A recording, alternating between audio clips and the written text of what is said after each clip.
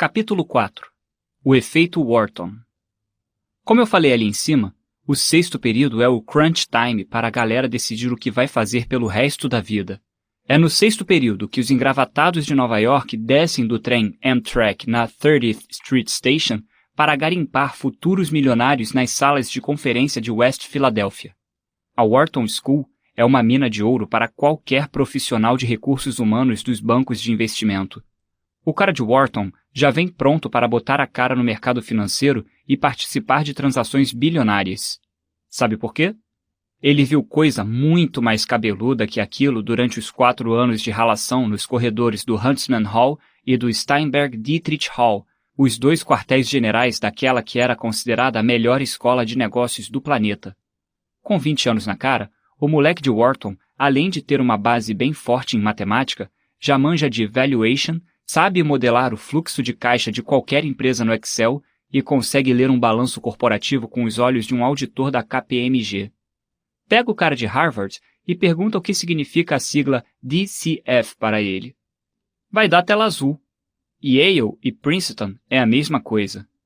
Para você que ficou perdido e está sem saco de procurar no Google, DCF em finanças significa Discounted Cash Flow, um método para avaliar o valor de uma empresa através de estimativas sobre o quanto de dinheiro que ela vai ganhar em anos futuros. Em português, DCF tem 2 nomes, fluxo de caixa descontado ou achômetro. Apesar de serem escolas com mais prestígio que o UPenn, essas rivais da Ivy League não oferecem o curso de business para a molecada de graduação. Os caras estudam história, ciências políticas, filosofia, teoria econômica, comunicação e outras ciências humanas que não têm muito a ver com fusões e aquisições, emissões de ações e trading de bolsa de valores. Quer aprender contabilidade e finanças corporativas em Harvard? Vai ficar querendo. Ou então você pode voltar daqui a alguns anos, aparecer com mais $200 mil na mão e fazer um MBA na Harvard Business School. O que acontece com essa galera que estudou humanas nas universidades tops e é contratada para trabalhar no mercado financeiro? Os bancos têm que perder tempo ensinando os fundamentos do mercado para eles. Como você já sabe, tempo é dinheiro. É verdade que nego de Harvard é inteligente e aprende rápido. Afinal, ele passou em Harvard com 17 anos, né? Só que o cara de Wharton tá pronto para a guerra. Quer saber o melhor aspecto de todos? O estudante de Wharton está acostumado a fracassar. Hã? Resiliência é uma qualidade muito bem vista no mercado de trabalho, e a Wharton faz questão de ser um lugar hostil para seus estudantes. De propósito mesmo, tudo para desenvolver a inteligência emocional do aluno e transformá-lo num verdadeiro tubarão dos negócios. Acho que é por isso que a University of Pennsylvania é a instituição de ensino que mais produziu bilionários entre as 17 mil universidades mundo afora. Segura alguns nomes aí para você colocar no Google depois. Elon Musk, Warren Buffett, Donald Trump, Steve Cohen, Michael Milken e mais 19 camaradas que chegaram ao $1 bilhão depois de estudarem no mesmo lugar que eu. Quer um exemplo do ambiente hostil que a Wharton produz para os alunos? Tem uma parada chamada The Curve, que todo mundo se caga de medo. Com a The Curve, apenas 30% dos alunos conseguem conceito A. Isso significa que se você tirou 96% numa prova e o resto da sala tirou 99%, você acaba engolindo um C- no boletim. No mundo normal, 96% seria um A+, né? Só que Wharton fazia de tudo para simular uma realidade onde a criança chora e a mãe não vê. A vida no mundo corporativo é competitiva e cheia de pessoas com aparência amigável, mas que estão sempre prontas para meter a faca nas tuas costas. Sabendo disso, a Wharton escolhe preparar a inteligência emocional dos estudantes martelando aquela ideia darwiniana de que só os fortes sobrevivem. O aluno estava basicamente sozinho no mundo e tinha que se virar.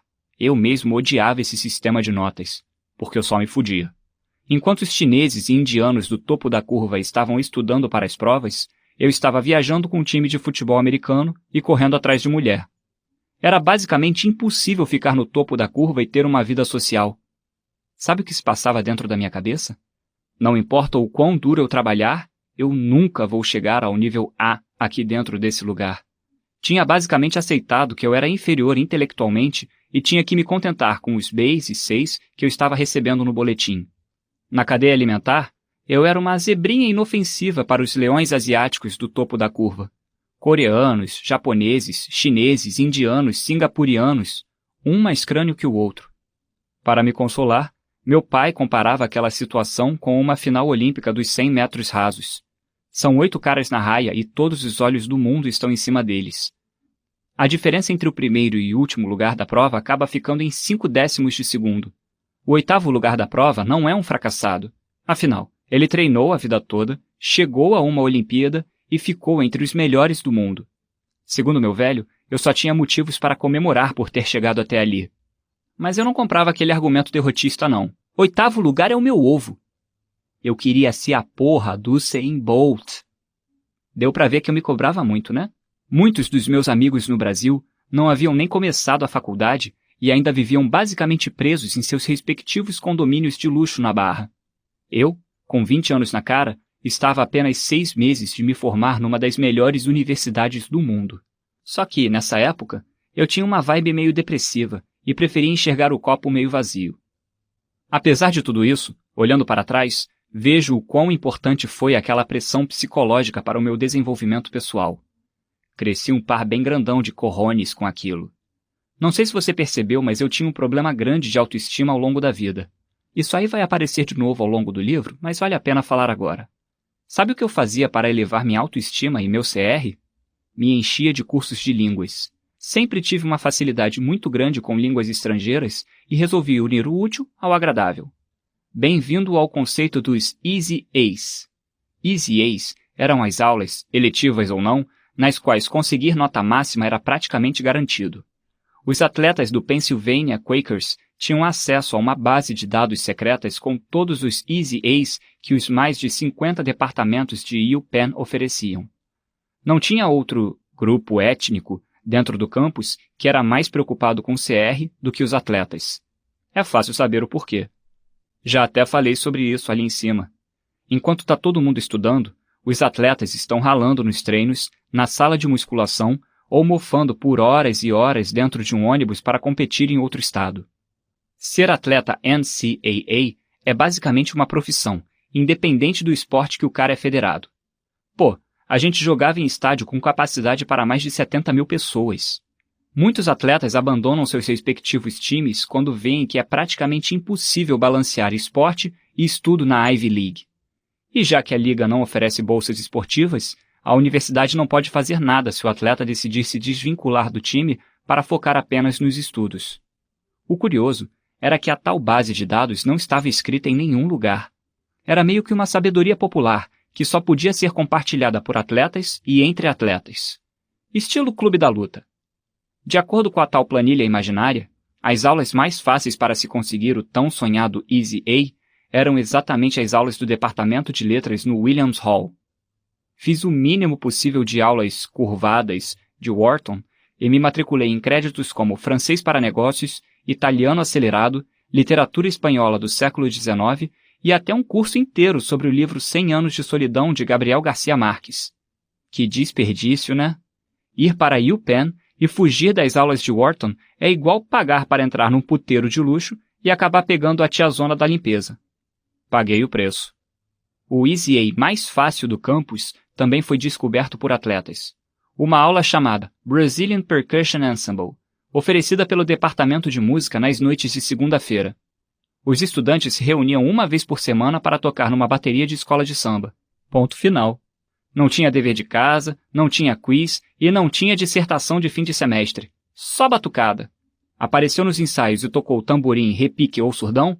Não precisava nem mandar bem no batuque para garantir a nota A e bombear o CR no fim do semestre. No primeiro semestre dessa tal aula de samba, só tinha nego do lacrosse, o esporte dos almofadinhas americanos. A lenda urbana correu tanto pelos vestiários dos Penn Quakers que, no ano seguinte, a universidade teve que abrir 3 turmas de samba, quase todas elas lotadas de atletas. Se não fosse o samba e as línguas, meu CR teria ido para o saco, e eu seria muito menos atraente para as empresas na hora das entrevistas. Fiz tantas aulas no departamento de letras que, no fim da carreira universitária, tinha conseguido crédito suficiente para puxar um bacharelado em literatura espanhola. Sim, senhores, eu sou formado em letras. Mas eu contava isso para quase ninguém. Para você ter uma ideia, pega meu currículo vitae e você vai ver que eu nem incluí meu diploma de letras. Ao longo dos anos, notei que nenhum entrevistador se importou em perguntar sobre aquela graduação em letras e resolvi tirá-la de lá. Estava ocupando muito espaço na folha. A ironia é que hoje são as letras que pagam minhas contas. Ou você esqueceu que gastou uma graninha para ouvir esse humilde audiolivro? Hoje em dia, olho para trás e rio de toda aquela paranoia que eu tinha pelo CR. No fundo, ele não era tão importante assim na tomada de decisões dos recrutadores das grandes empresas. Só que os alunos e os próprios professores botavam um foco imenso na porra das notas. Eles tinham razão. Com tanta gente com backgrounds diferentes, o CR era o único denominador comum que servia para comparar diretamente o estudante X com o estudante Y. Com nota ou sem nota, a verdade é que 10 entre 10 estudantes de Wharton dariam um rim por uma vaga nos Summer Internship Programs dos grandes bancos de Wall Street. O estagiário em Wall Street é basicamente tratado como um empregado do banco e até recebe bônus se mandar bem.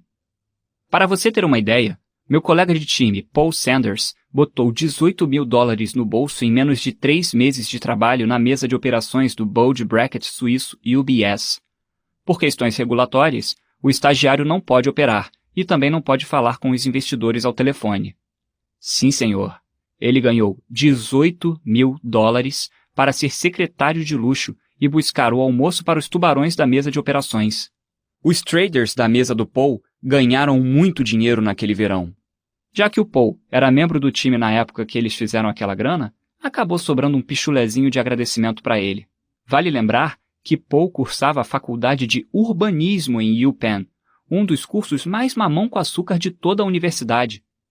Que merda! O cara faz urbanismo, nunca estudou contabilidade na vida e tá ganhando dinheiro com finanças.